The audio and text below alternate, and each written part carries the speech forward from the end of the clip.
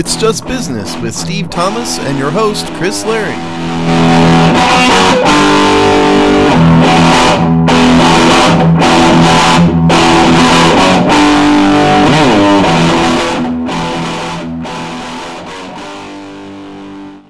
Hello and welcome to another episode of It's Just Business on the Hogstye Network, the show where we look at the dollars and cents, and sometimes even a little bit more, of the sports media, business, industrial, international complex. Steve, how you doing this fine spring? I'm doing all right. I'm really excited about the NFL draft coming up. It's probably from a Hogstye perspective, it's probably my busiest weekend of the year, and it gets really old fast by the time Sunday rolls around, but it's always fun to see what's going to happen. And this is one of the few years I usually have a really good sense of what Washington's going to do. And my method usually is to have I usually guess the Washington's first round pick, and I usually have like 2 or 3 pre-written posts, done, and I can just post the one. This year I'm really not 100% sure. This is the first year since we've been doing the show that I don't have a good sense of what I think they're going to do. So it's maybe bad for me from a writing perspective, but it's probably the most fun. Yeah, it's pretty open-ended. 2 observations about the draft overall. One, I think we have reached the apex of mock drafting. I mean, if mock drafting has jumped the shark, it's turned a corner, it's what is old is new again, and what's new is old again. It is enough. We've got to have hit a high water mark this year on mock drafts. Let's let that recede going forward, please. Yeah, because no one from Tampa, our writer, does his weekly mock draft column, and I keep watching the numbers go up to just absurd levels. Now, I think last week he was up to 261 mock drafts that he's tracked. It's just ridiculous. It's become almost the what's the political polling aggregate site? Is that 538? And then who does that? Yeah. It's become I think it's sort of theater of the absurd at this point in terms of mock drafting. Yeah, totally. So enough of that. And then I may have another draft-based observation is that within 5 years, we might, how they've sliced and diced the draft over 3 days, basically for television rights purposes. We will get within the next 5 years the first night, which will just be the first 10 picks. I think they're gonna go that length of that is my wild prediction. Probably not gonna happen, but I would be 0% shocked if it did. I would not be shocked. You're right. I don't think teams would think that's equitable. Yeah. If they care. Not that the NFL would care at all if they make more money, but I don't think teams would like that very much. And I also think there's a limit to how many days you can split up the draft, because once you get past round about 3, then people start to care a lot less, and so you can't just keep broadcasting a round a day for 2 weeks. I mean, at some point you got to just get it done. So I see what you're saying. It wouldn't surprise me, but I don't think the NFL the teams would like that very much, except for all the money they make. They would like that. But. Yes. But yeah, the intrigue in this top 10 picks this year is I've never seen this much interest. So they're going to figure out a way to catch raindrops from that golden showers if they can. But from that golden shower, oh my god! You like that? No, I don't. So as we transition to broadcast rights in the NFL, to more talk about broadcast rights in the NFL, we actually saw a pretty massive deal. Sometimes you see these things in this kind of the most obvious or kind of most topical part of stories is kind of what we talk about or what we remember, what we hear. But then there's these kind of ones these tremors that come along that actually have more impact over time. And Hulu now is the exclusive rights holder to the NFL. I don't know if exclusive, that's wrong, but they are a rights holder to the NFL Network and then its Red Zone product, which is where you can basically watch live highlights, in-game action, jump-ins from Sunday's action. This is pretty big. Because this essentially means that if you subscribe to the Hulu Live package, which is basically, easiest way to say it is it's digital cable. It's a package of channels, including your local ones, and the option to add on premium ones alongside and on top of that. So now, if that's how you get television, you now can get the Red Zone and NFL Network. And if NFL fans, that's a pretty giant draw if you're deciding on what digital service provider to go with. I think it's massive. And where we originally saw this story was, I'm embarrassed to say it, but Pro Football Talk, and because it's Mike Florio, he wrote a stupid headline, so the headline doesn't really capture this whole story because it's Mike Florio and he's a moron, but it's Hulu reaches deal to carry NFL Network Red Zone by Josh Alper on the 20th of April. And it's exactly what Chris said. It's if you subscribe to a certain tier of Hulu Live, yes, you can get NFL Red Zone. Yes, you can get NFL Network, and that hasn't happened before. But the biggest part is then now you can also get your local programming, your local NFL program, game day programming, meaning that if you are in Cincinnati, you can get your local CBS affiliates coverage of the Bengals, for example.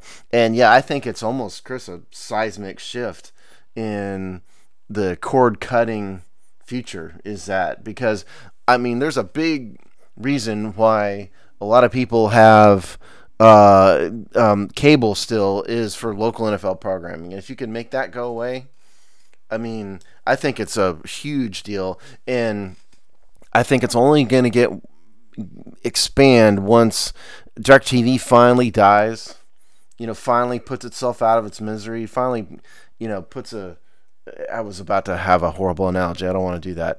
When the NFL DirecTV contract finally dies, what we're going to see is them sell this package to everywhere. So at some point, you're going to be able to get every game on Hulu.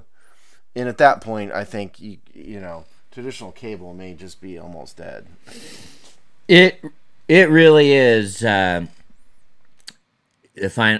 final coffin, a nail in the coffin, I would say. I am a Hulu Live subscriber, so basically, as I sit in New York, and it reads your location, it's looking at your location data. Yeah, so it knows where you are. I mean, yes, there's VPN. There's ways to get around that, obviously, I know. But I'm telling you how it's, theoretically and legally and works. Yeah, I don't know how it happens if you have a VPN. I don't know what happens. Something like that. It depends. To some St. Louis or somewhere. Yeah, you can tell. You can actually usually say you can even tell it what you want it to read as. But anyway, so I'm sitting in New York. I can watch any game that's on Sunday afternoon on my local affiliate. Obviously, the local team. I can watch, obviously, because of the channels that come in Hulu Live. I can watch all of the primetime games that are offered across the various networks. And now I would have all of the Sunday NFL Red Zone, plus their NFL programming 24 hours a day, 7 days a week. That is cable, people. And it's really interesting. All you need now is a little jump drive, right? And you could have, so a family that would traditionally have cable, all they need is a couple jump drives and a laptop directly into the TV, and everyone's got the hardware. It's the box, and then the box opens up your avenue to these portals, and you can, within the hardware, you can have all of these things, right? It just already auto-logs you in. So they've basically replicated the hardware and software of cable to where I think it's going to be, the cord cutting is going to be a loud crescendo. I mean, I have exactly what you have through Xfinity, but it has the label cable. And I've got a box in my living room that does it. But other than that, there's no difference at all. I mean, I have full access to streaming capabilities through Xfinity, and I can watch the exact same thing. And so I almost think that in today's society, we're almost inappropriately mixing labels, and saying that cable's competing with streaming, and because it's all the same. And I think if you got rid of the labels, what we'd see is Hulu's competing with Xfinity directly, for example. And there's like, for example, I think what the box does for me primarily is gives a ton of local DVR capability. Now, I don't know if you can do that with Hulu or not. You can. Chris, you can tell me. They have so they're all of the digital streaming packages like Hulu and YouTube and all those have recording capability. So you can treat it like a DVR. You can schedule, you can record, you can go back and watch. Yeah, okay. So what you have is directly competing with what I have, essentially, and it's no different. You call it cable, call it tacos, call it whatever you want. It doesn't matter. People are getting way too hung up on labels here, and what we're seeing is Hulu competing with Xfinity and Time Warner directly. You know, and they're not the only one. There's going to be other competitors that do this. You know, at some point in the near future, whether it's Yahoo or YouTube Live or some other new company we haven't heard of, you know, there will be more competition. But in terms of the NFL, I think this is just the first step into a larger world. They're just waiting for the DirecTV deal to go away. That's the next thing. Yeah, 100%. And I think this will introduce a lot more people to how to actually watch the NFL in these ways. So some of it, as much of this is about customer training as anything else, right? So, you know, and marketing and customer acquisition and all sort of traditional business techniques for, you know, how you grow a business or a brand or a product. So those things, I think this is also a big piece there. You know, if you really want to watch the battle for this, it's not, and we talk about it all the time, so we're just as complicit, but it's not necessarily the battle between these tech giants on their streaming software. The battle is the hardware. And so, you know, with Roku's and Amazon Fire Sticks of the world, because with and that you can plug and play, you can go, right? I can plug it into my friend's TV, I can put it in my TV, I can take it with me when I travel, and it's basically a cable box in your pocket. So well, yeah, let me stop you right there. Let's ask you about that, because like I'm renting a cable box. I think I have 3 of them in this house. One big one and 2 little ones, I think. Yeah. And so I'm paying, I don't know, $15 a month for the big box and like 6 or 7 or something for the little boxes. And what you're saying is you're paying some amount. You either paid a direct fee and you bought it, or you're leasing it from somebody for some amount per month, correct? Yeah, but yes, I'm buying it directly. Like I've got like a Chromecast. Okay, so you paid some amount of money. So you paid how much? I mean, what's a $30, $35. Okay, so your box is cheaper than my box because I've paid dramatically more for it over time. This is in essence, so it does the same thing, though. In essence, is what I have. Yes, this is what Xfinity is going to call you sometime in the near future and say, listen, we want to sell you the same content package that you have now with the opportunity to upgrade.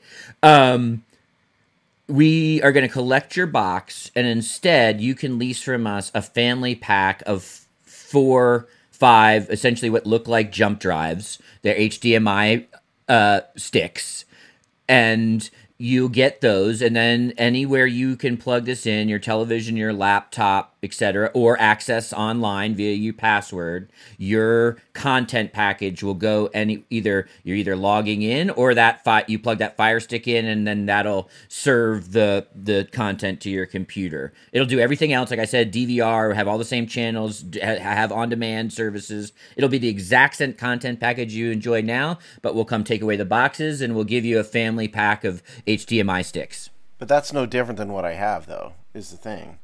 I don't need a stick. I can get all the content without a stick.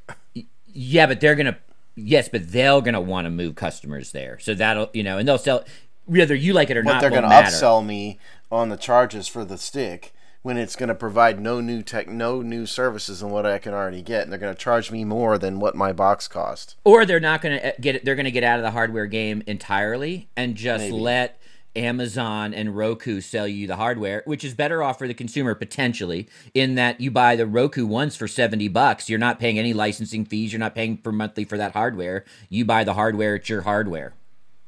I have a Roku TV in this house. I have 2. My kids have them. Right. And basically you just download the widget, and then you add, like, you know, that's what I did with Xfinity. They have Xfinity through a Roku app, and that's how I avoid having them have a box. Yeah, then they'll come and collect your box. That's where they'll be soon enough. They'll just come collect your boxes. It'll be like VHS tapes. And they'll still figure out how to charge me more. Yeah, of course. Well, yes. That's a given. They'll charge me more for the privilege of having the same exact service. Yeah, I thought that was a known. But in terms of sports, though, I think this is a really big step for the NFL, because it is dramatically opening up the way online streaming consumers can get weekly games. Yeah. Which has never happened before. Yeah, and your local one, right? Which is that's what a I'm lot talking of about. Your local games, yeah. Because also in the past they've also blacked out games depending on what streaming service. Even if you get your local channel, their games were blacked out.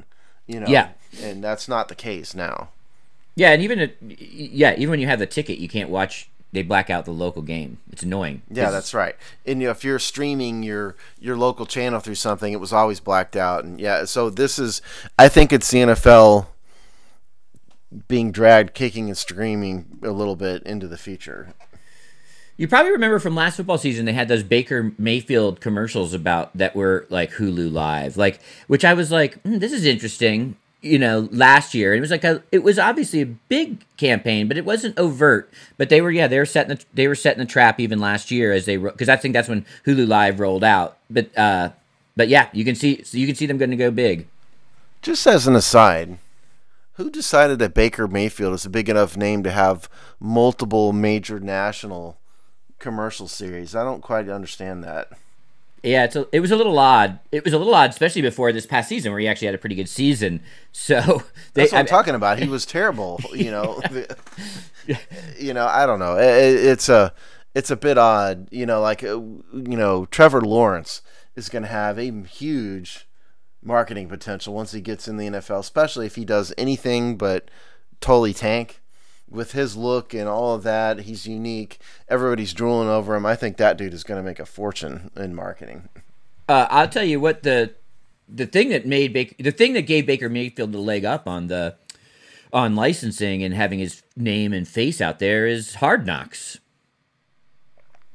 Yeah, well, that's true. You just have that much face time. Teams do it. Yeah, yeah, and this is why teams volunteer for it, because I think every coach in the NFL would give it an automatic no. There's no way I want cameras. And then every owner would give it an automatic yes. And the owner wins. Because certainly I don't think the Cleveland Browns were improved by a bunch of cameras around, but they make money at it and they grow a marketing base that they otherwise wouldn't have. It was definitely good for Baker Mayfield, that's for sure. Yeah, no, good for Baker Mayfield. And, I know we're a Washington-based show, and I know a lot of Washington fans want it, and I'm surprised the NFL and HBO hasn't insisted on it, considering just the enormity of the craziness that has gone on with the Washington football team, front office, and all that. I'm surprised they haven't insisted on Washington have to do it. Yeah, I don't think the owner wants it. I think that's NFL could insist, but you might get somebody grabbing a cheerleader by accident on camera at this at the rate they're going. Yeah, for sure. You have to play yourself into it, right? It's like some bottom third of the league. They have a way to mandate a team. I know what the rules are. The rules are if you're a playoff team the year before, or if you have a new coach, they can't make you do it.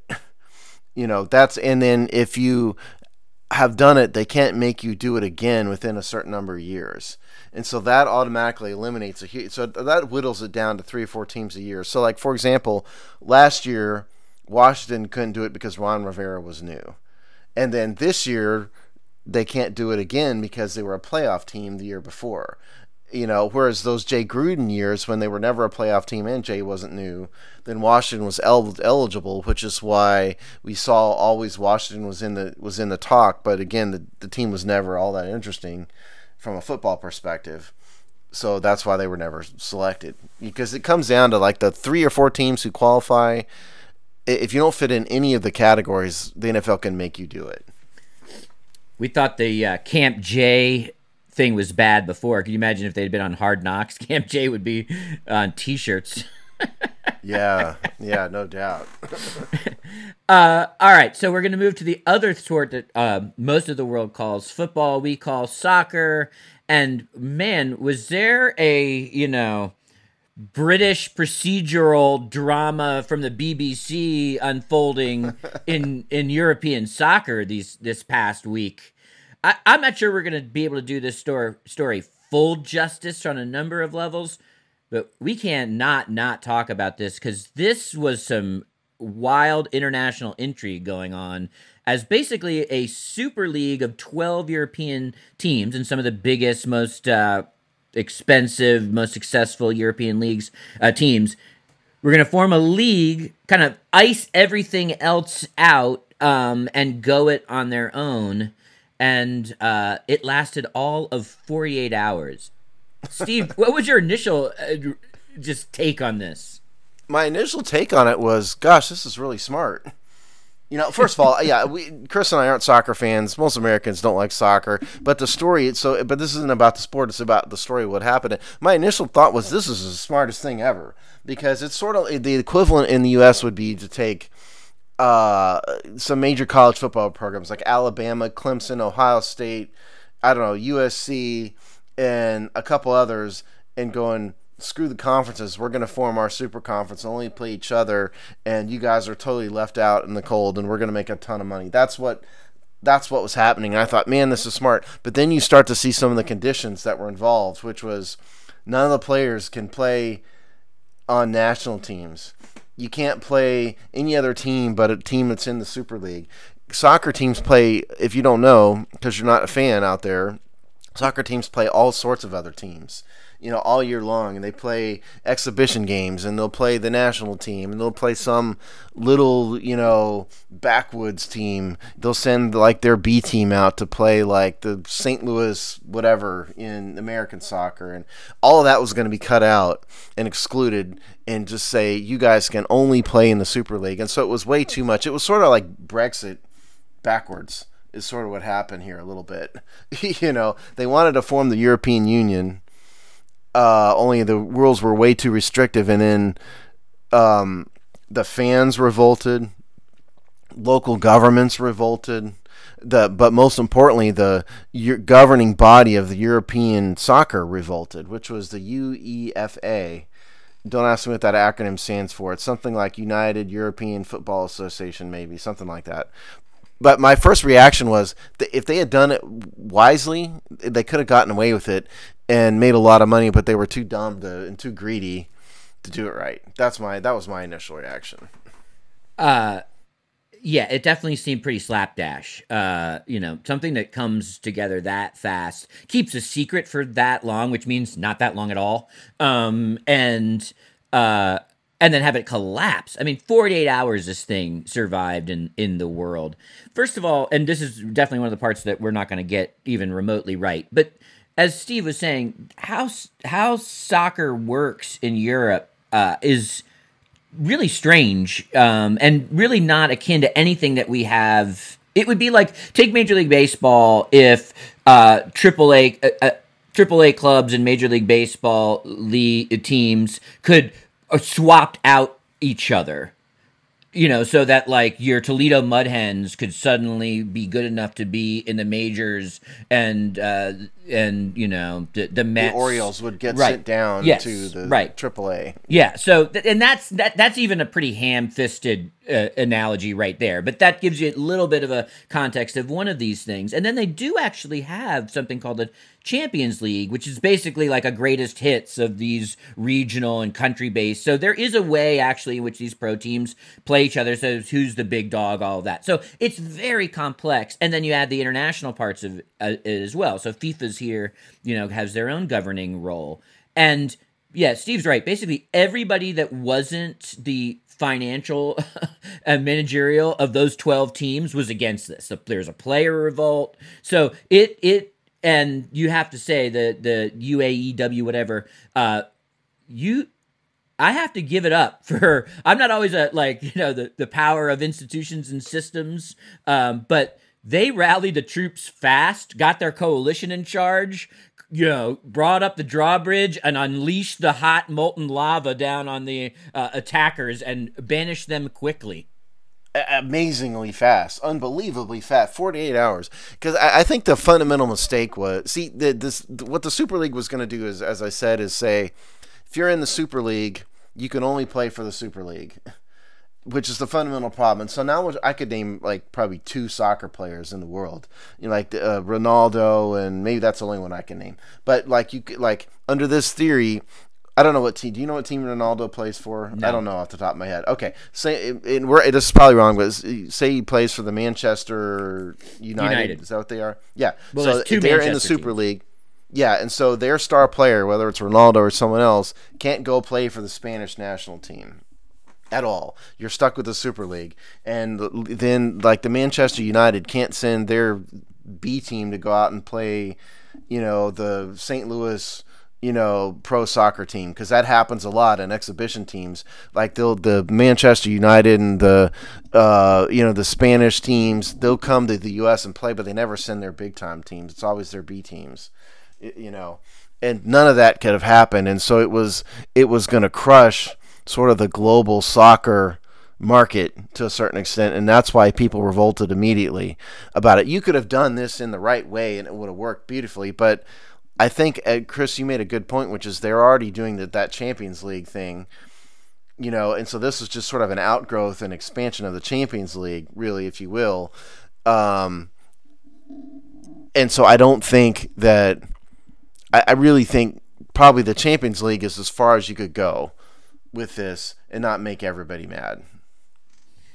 Yeah, and this, by the way, this is obviously, this is a textbook It's Just Business story, because this wasn't, yes, you had lots of coalitions that had opinions about this, and a lot of those opinions were legitimate and didn't all center on money. But the core battle here was just how much money is at stake, how much, money was trying to be siphoned off by these 12 teams, how, if it had worked, how financially disruptive it would have been to the structure that is the business of soccer. And especially with the, continued global growth of the sport, it meant that the European stage and all its mini stages regionally, et cetera, the whole ecosystem is fed by international players. So it is where the world cares about soccer, not just Europeans. Yeah. Now, I think the closest thing that we could think of could happen is what I said earlier. It's siphon off the top about 10 college football teams and say they're all going to play each other. Screw the bowl games, screw the BCS. We're only going to play each other and forget the rest of you. And what that would do is that would cause a massive upheaval of all the money in college football, because they're going to keep all the money. Because, newsflash, the Alabama, Ohio States of the world pay for everybody else in college football. We've talked about this before. And so that's sort of what was happening in Europe. Because, like you said, Chris and I are not going to be able to do it justice. But there's a million different levels, and there's relegation from one league to the next, and it's very, very complicated. And it would take a European we'd have to get Mark Bullock on here to tell us exactly the details of it, because he knows all this stuff. Our buddy Mark. But yeah, they're sort of carving off the top of it, and it would have, much like if you take Ohio State and Alabama away from college football and would cause the whole ecosystem to collapse. That's what they were doing in European soccer, and so that caused everybody to revolt. The government representatives, the fans, the other leagues, the local people, everybody revolted, and it went away in stunningly fast time. I mean, I can't think of another time when I saw something like that fall apart in 2 days. Crazy. It is crazy. And this got some U.S. connections. The Glazers, you might remember them as the owners of the Tampa Bay Buccaneers, are involved. The Cronkies. It's another, so this really, the kind of, especially who own the Rams. Yeah. And actually, I think own 12 professional sports franchises globally. A matter of fact, the story we saw, by the way, we didn't give you I don't even have a link for this right off the top of my head. It came from various sources, but the Cronkies actually ended up apologizing to their own team, for doing this, because it also hurts the players, because, if you can't play for the national team, that's a major, major source of pride for European soccer players to play for their national teams in the Olympics. Americans, I think, we just don't care about soccer. I'm sorry, we don't. Both of you out there who are soccer fans, God bless you. But for Europeans, it's to have Ronaldo or whoever it is play for his national team is a major, major deal. And to get rid of all that was going to be a major problem. And that was what Kroenke was apologizing for, basically.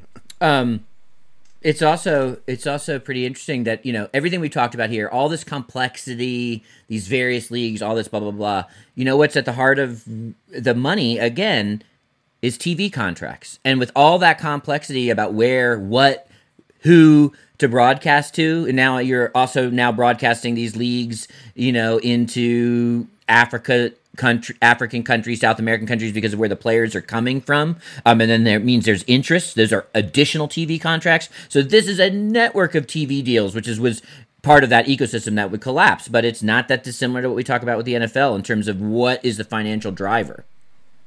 Yeah, like ESPN's another one. ESPN has a contract with somebody in Euro Soccer to broadcast European soccer on like Saturday morning, and that would be a major problem if you don't have, the big name soccer teams, because I think Americans could only name a handful of soccer teams.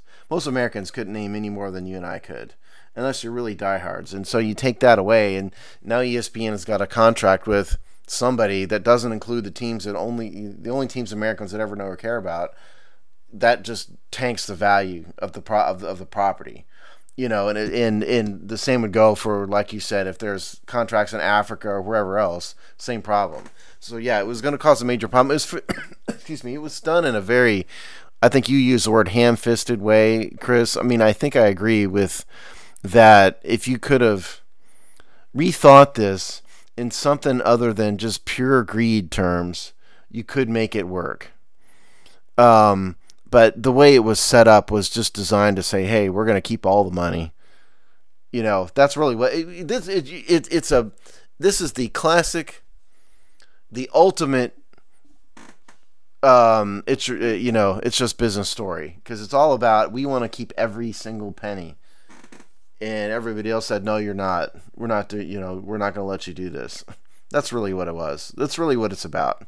We want all the money. Yeah, definitely. If you want to play a little game with yourself at home, I think if you can name even 1 to 3 European soccer clubs, and then go and find online the list of the 12 that were going to join this league, I bet you there's an overlap there, because that's how big, the teams that were going to do this. It was ones that you can name: Manchester United, Barcelona, Real Madrid is one that I know. Exactly. So if you're like Steve or I in terms of your knowledge or interest in soccer, in European soccer, international soccer, then the ones you can name would have been in this league.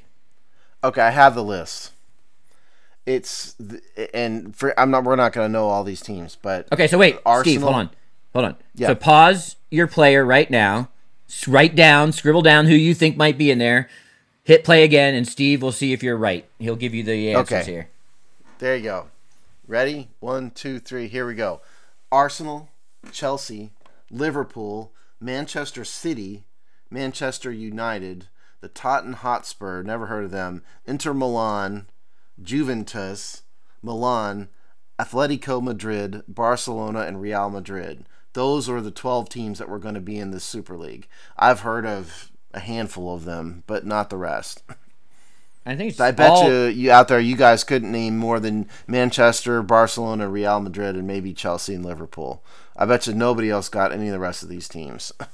Yeah, and it's pretty much exclusively Spain, the UK, and Italy, I think. It is exclusively those 3 countries. Yeah. All of those teams are from those 3 countries. Whew. So, come on, BBC or, some other prestige content network. We need the 6-part limited series about this attempted and crushed coup. I don't think Americans really understand just how much money is in Euro soccer. These teams are bigger than the NFL, a lot of them in value. The players have bigger contracts than NFL players. I don't know, because it's just not popular at all in America.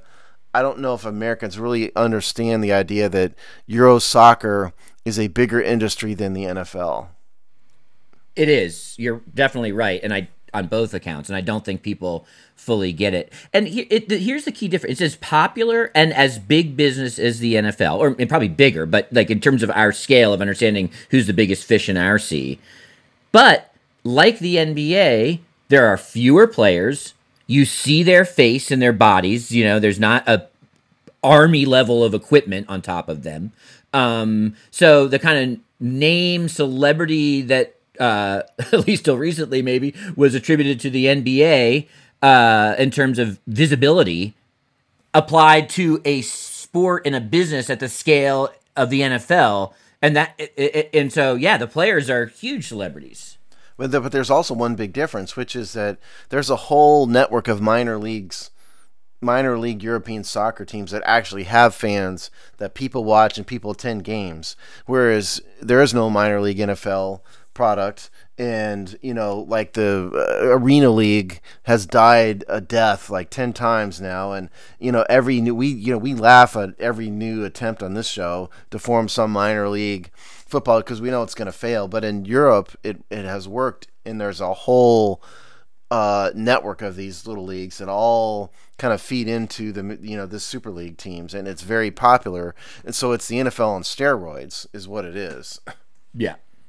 So it's like the Iowa Cornhuskers or whatever, that team doesn't exist, but a team like that would exists in Europe and sort of feeds into the Chicago Bears, if you will. No, it's totally interesting. Sometimes it's interesting from a business perspective, just not from a sports perspective. Yeah.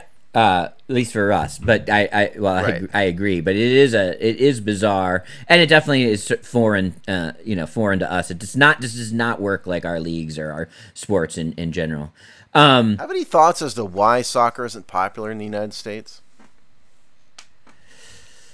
No, I mean, I think Americans are very go at our own. We make our own things, kind of yada yada. So I think we've got ours. We're good. I think is probably the predominant reason. Which is obviously now held by football, was held by baseball for baseball sort of established that mentality over 80 to 100 years.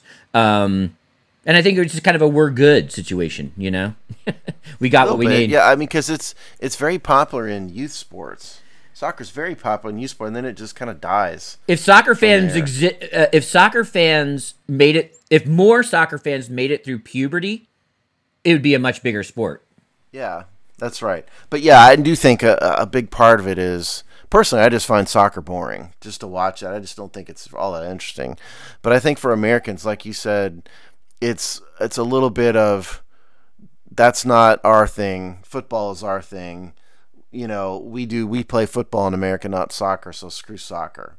I think that's, sort of the attitude. It's probably my attitude, to be honest with you. And then it's like, oh, you don't like football? Can I interest you in basketball? If you don't like basketball, can I interest you in baseball? If you don't like baseball, right. If you even want to be a little exotic, hockey. Can I interest you in hockey? So, right. It's like, and that's where it's like, no, even if you don't like the predominant thing, we've got options. We sort of have you covered on all fronts. Yeah, we don't need you crummy Europeans. Yeah. No, it's one of those things, it's like the kind of, there's so many things for white Americans that are familiar with European Americans, kind of culturally, and then there's some things that just, like, yeah, that is actually different. Yeah, that's right. So more to come. This is probably not the last time somebody's going to try to steal all the Euro soccer money. So I would venture a guess there will be another. See, what we didn't say is this. People have been trying to do this European Super League thing for decades. It just never works. And it's just the latest iteration of it. I wonder what implications it has for the Champions League. Like, do they try to put in some reform? Like, we already have a thing that we can, change or whatever. I wonder, if that's what the compromise space will be, is what happens to the Champions League. Yeah, maybe. But if it comes down to we're going to exclude these teams from playing and participating with others, it's never going to work. Yeah. So we'll see. In another couple of years, we'll talk about it again. So back to the ridiculousness of U.S. sports. It appears Arod, I'll probably speak to this in a minute. But Arod, with a partner, has bought for $1.5 billion the Minnesota Timberwolves, ending a sports ownership journey for Arod that probably ends in the red light aisle at Kmart. Yeah, and it's also been a journey for the owner of the Minnesota Timberwolves to sell his team, and he's been unable to. So, yeah, look, I think this is all about A-Rod's ego. All of this comes down to his enormous, narcissistic, gigantic, huge ego. He's been trying to buy a sports team forever. He tried to buy the Mets, failed. I believe he and J-Lo even looked at trying to buy into the Dolphins. I think, don't quote me on that. But, yeah, we end at one of the least valuable and least successful and biggest messes of an NBA team in the entire league. And by the way, here's the deal. He's got a partner, Mark Lohr. Mark Lohr is the former CEO of Walmart, and he's known as an e-commerce savant. He started a company whose the name's escaping me right now, but that Walmart bought. And so what Walmart's e-commerce site is Mark Lohr now. And Mark Lohr is the real money. A-Rod doesn't have real money. I mean, by normal people standards, he does. He's worth probably a few $100 million. He didn't have the money to buy the Minnesota Timberwolves. Mark Lohr is buying the Minnesota Timberwolves, and he's dragging A-Rod along with him. But but the deal that they've cut is they don't take real control of the team until 2023, and so there's going to be like a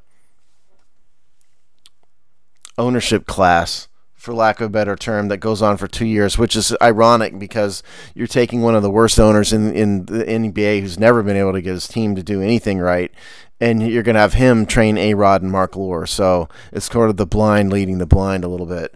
But it's a very interesting way. What caught my attention about, other than just the fact that it's A-Rod trying to massage his own ego, it's the way that the deal was struck with this sort of 2-year trial period thing I thought was very interesting.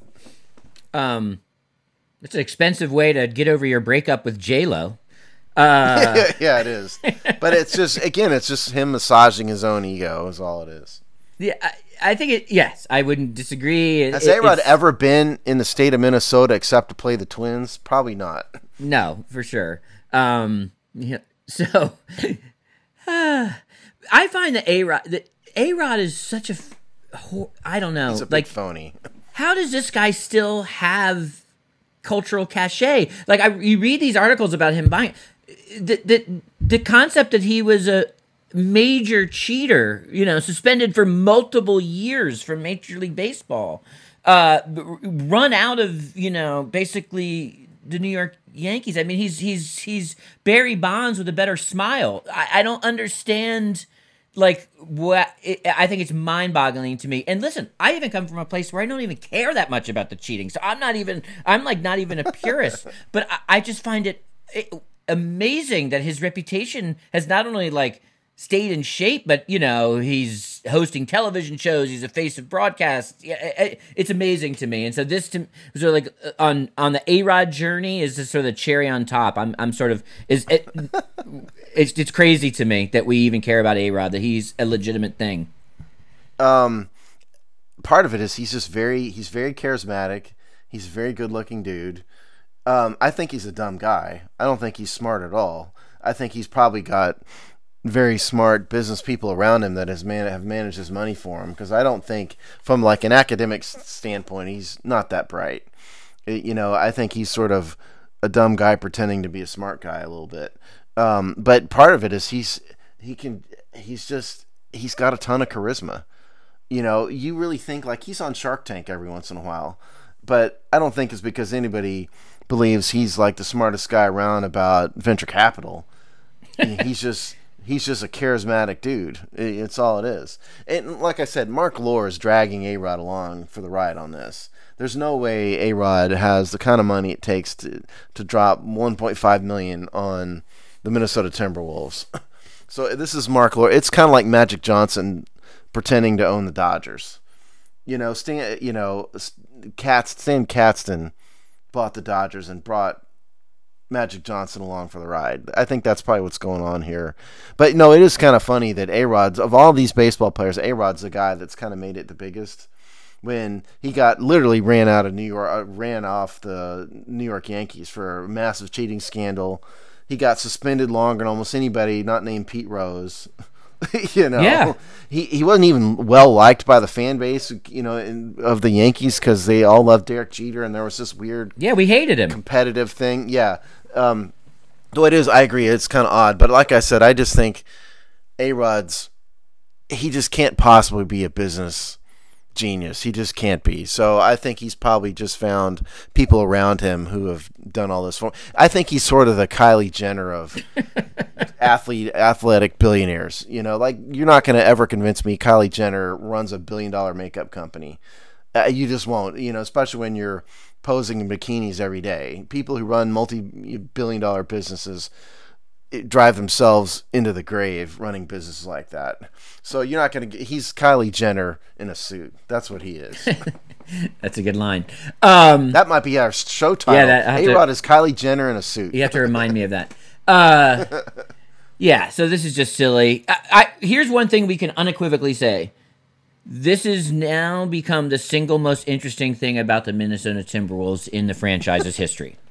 That's exactly right. Except the other thing would be their feud with Kevin Garnett, because they've alienated the biggest star they ever had, right? Kevin Garnett.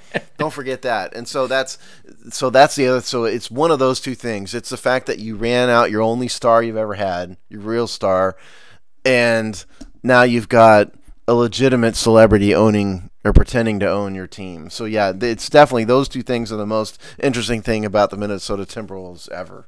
There's no doubt about that. Steve, have you seen Uncut Gems, the Adam Sandler movie? No, I have not. You should definitely watch it, but I think you would enjoy it. But Kevin Garnett plays himself. Actually, it is a pretty key, like probably like the second male lead in the whole movie, and he's actually really good. It's actually a really good movie.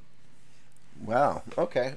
I mean, yeah, I know that movie exists. I have not seen it yet, but I think from a business perspective, like I said before, the most interesting thing about this story is the structure of the purchase. Most of the time, when you have sports teams being sold, it may take, the due diligence period may take a few months, but the closing happens, the old owner walks away and goes and buys a Caribbean island, and you never hear from him again.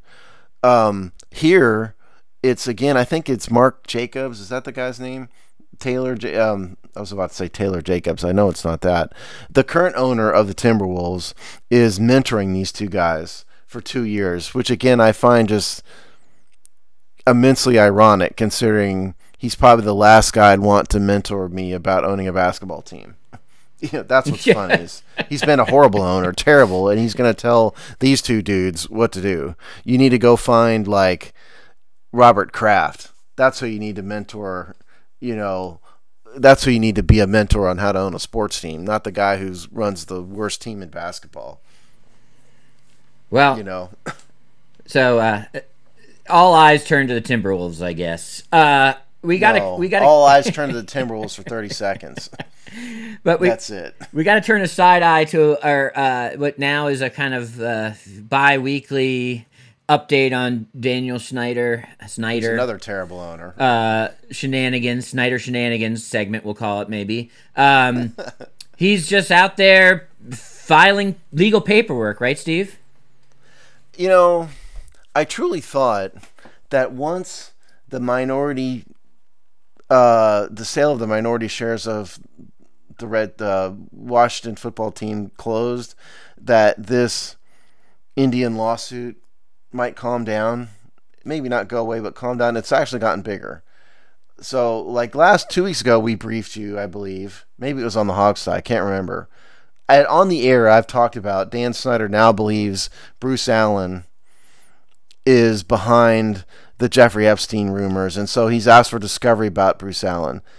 That was 2 weeks ago. So the latest thing that's happened in, you know, as the Snyder world turns here, is that he's now alleged that Moog, who is the business broker who represented the minority shareholders, has destroyed evidence. So he's asked for sanctions. That's the latest thing. And so if you have a lawsuit, you're being sued, you can't just Oliver North style dump everything into a shredder. People remember Oliver North was the guy behind on the National Security Council who was behind the Iran-Contra scandal, and he had his secretary like shredding documents in his office. You can't do that if you're being sued. And so what Snyder has alleged is that Moeg has put everything either into the physical shredder or the electronic shredder and gotten rid of a ton of evidence. And so he's asked for sanctions. This lawsuit has actually gotten bigger since the minority shareholders are out of it. And that's the part that really amazes me. I think it's pretty likely if Snyder can prove that Moeg did destroy evidence that there will be sanctions involved. And sanctions usually are money.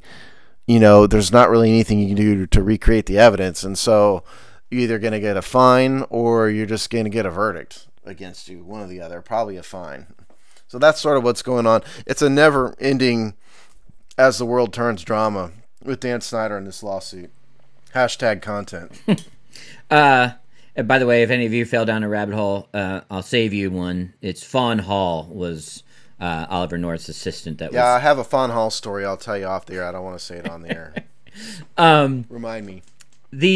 So it's you would think he would declare victory and kind of close in ranks for a little while. Eventually having all these depositions and filings and discovery and all these things out there, is it good for him ultimately to have this much Daniel Snyder business churning out there in the courts? Well, part of it is he's hemorrhaging money, legal fees, in a way that is rarely seen. Think of it just, again, most people, when you have a lawsuit, it's in your local court. It'd be in the federal court or a state court, but locally, this lawsuit extends to 2 continents and like 15,000 miles away. And so he's paying a bunch of people to manage a lawsuit in New Delhi, India. I think it's in New Delhi. And then he's got related federal discovery lawsuits in about 12 different states. So he's hemorrhaging money. And yeah, at some point, if this lawsuit does not go away, Dan Snyder's going to get deposed. And that is going to be interesting. It would be a real darn shame that we won't be able to read the transcript. I would buy a ticket to something like that. To see Dan Snyder get deposed for 8 hours, I think would be the most interesting thing ever. And yeah, that would probably go really bad for him, because I don't think he's going to be the type that will do well in a deposition setting, because he can't even manage a press conference, So no, that part's going to go badly for him for sure. So I don't quite know what his end goal here is really in this. I mean, you're doing all this to take down an Indian website? No, you're not. So what he's doing is he's trying to take down Bruce Allen. He was trying to take down Dwight Schrute. He's out of it. Now it's Bruce Allen and Jim Moog. That's what his real goal. I don't think he cares at all about some Indian meow website. At least he shouldn't. One theory I've heard out there in fandom is that he's doing this to clean his image and to look good for the NFL, to avoid fines, retribution, whatever. Like, so if he's seen being a pit bull against these rumors, it shows that he's willing to put up the fight about, and to prove they're sort of false for an image way with his 32 co-owners. That may be true, and I don't blame him for being mad about the Epstein stuff, because, listen, I mean, there's no evidence at all, zero, that he's been involved with Epstein. I mean, there are legitimate people, Bill Clinton, Prince Andrew, who've been photographed with Epstein and appear to be total sleazeballs in that regard. Dan Snyder has not been involved at all, and so I don't blame him for being mad about that, and I don't blame him for filing a lawsuit. Just the lawsuit's gotten totally out of control. Completely out of control. And so, yeah, part of it may be the NFL. She's trying to impress the NFL, but I tend to think this is just Snyder having a lot of time and money on his hands and trying to defend himself in a way that 99.99999% of the public could never do. Because, like, you and I aren't going to file a lawsuit in New Delhi for any reason. We just don't have that ability. Where Snyder doesn't have a lot to do, number one, so he's got a ton of time on his hands, and he's got a ton of money, so he can do this. I think it's almost entertainment for himself, more than anything. It's kind of wild. Seriously. wild cast of characters, right? Char's ex-EA, or it's got Scott McLuhan's wife, Bruce Allen. I mean, and you know, there's a connection to, I can't remember her name. There's a woman in an apartment complex who like works for Char. She's involved, but I seriously think, I mean, I don't think running the Washington football team takes a lot of time for him. He's got people that are doing it all. Jason Wright is doing it all, you know. And by the way, if we didn't say this, thanks to Jason for allowing us to participate in that clubhouse press conference thing he did a few weeks ago. That was cool. But regardless, I don't think he's really doing much with the Redskins anymore, Snyder. You know, because Ron Rivera's got an iron fist on the football side, so he's got nothing but time. So it's either go sail around the Caribbean in a yacht or go sue somebody in India. You know, put it this way: real people, if you're like a plumber and you're mad at your neighbor, you're not going to go file a lawsuit because you've got real life to worry about. You've got a family to feed and a car to pay for and a house to pay for. Dan Snyder doesn't have those problems, so he can afford to go traipse around the world and chase some Indian gossip mongers. You know, that's part of it. Like, I don't think Robert Kraft would do this because I think most billionaires would probably blow this off. But Snyder, I think, is different. Well, there he is. Snyder is different. That brings us to a close. Steve, what is going on in Hogsty realm? The Hogsty, the big news is that Rick Snyder's show is back, Seasons of Discontent, and we've changed formats. He has changed formats.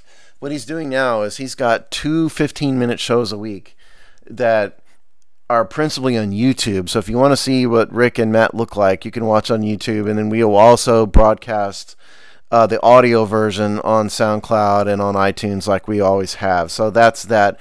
And in terms of Washington, the Hogsty rather, we are in the heart of draft coverage. We're about to jump into after the draft, we'll jump into our position group breakdowns and get ready for the season. And plus we have all of our normal written content. Well, there you go, and we will see you in 2 weeks.